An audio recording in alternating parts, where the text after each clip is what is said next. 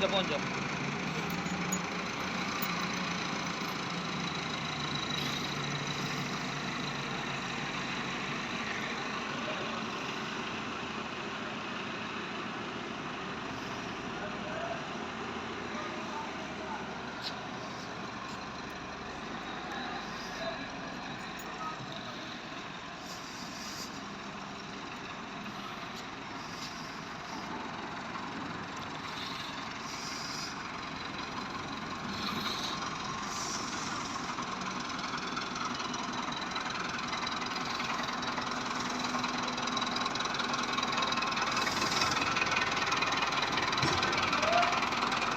Sound check करो tractor का दोस्तों, जबरदस्त साउंड।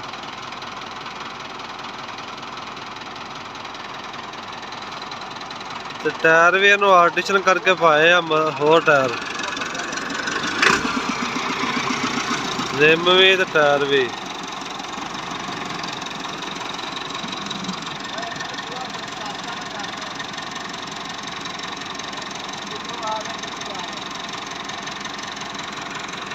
जान दे और रुक जा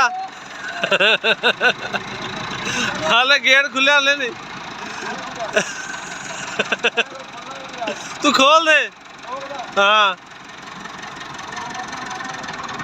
बस हाई च पा के नगा दे।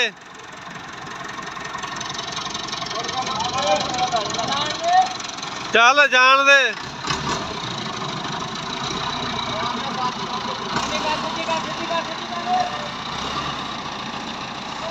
385 है जी, 15 मॉडल। एक ट्रैक्टर थोड़ा चढ़ने एक ट्रैक्टर स्लिप मारदा है।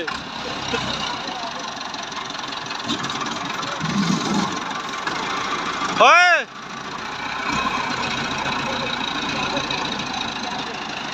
देखो ट्रैक्टर जो थोड़ा टायर स्लिप कितना मारदा है।